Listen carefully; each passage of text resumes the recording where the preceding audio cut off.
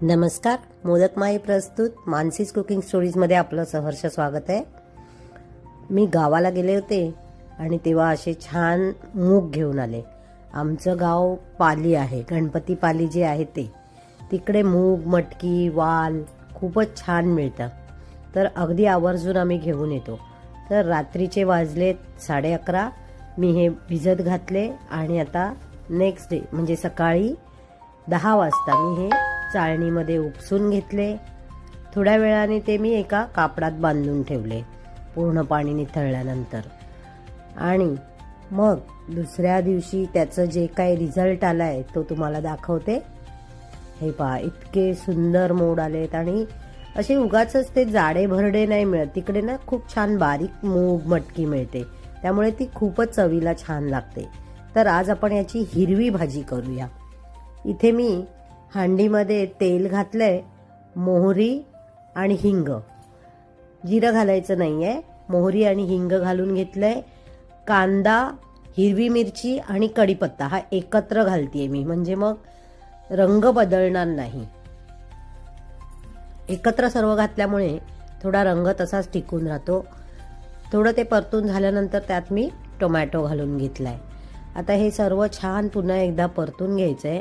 आणि आता आपल्याला यामध्ये घालायचं आहे हळद, धणे पावडर आणि थोडा गोडा मसाला.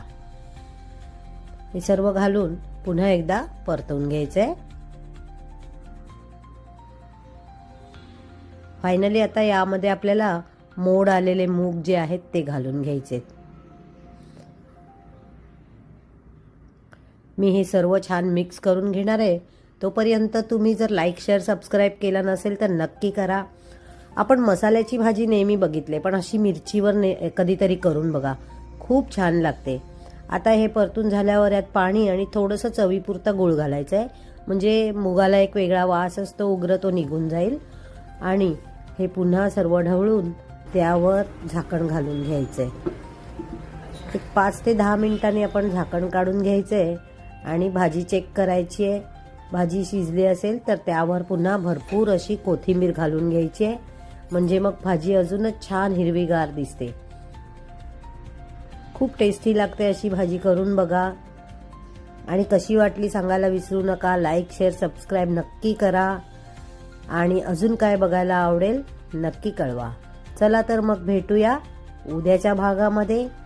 तोपर्यंत पाहत रहा मानसीज कुकिंग स्टोरीज आणि एन्जॉय. नमस्कार. मोदक माई प्रस्तुत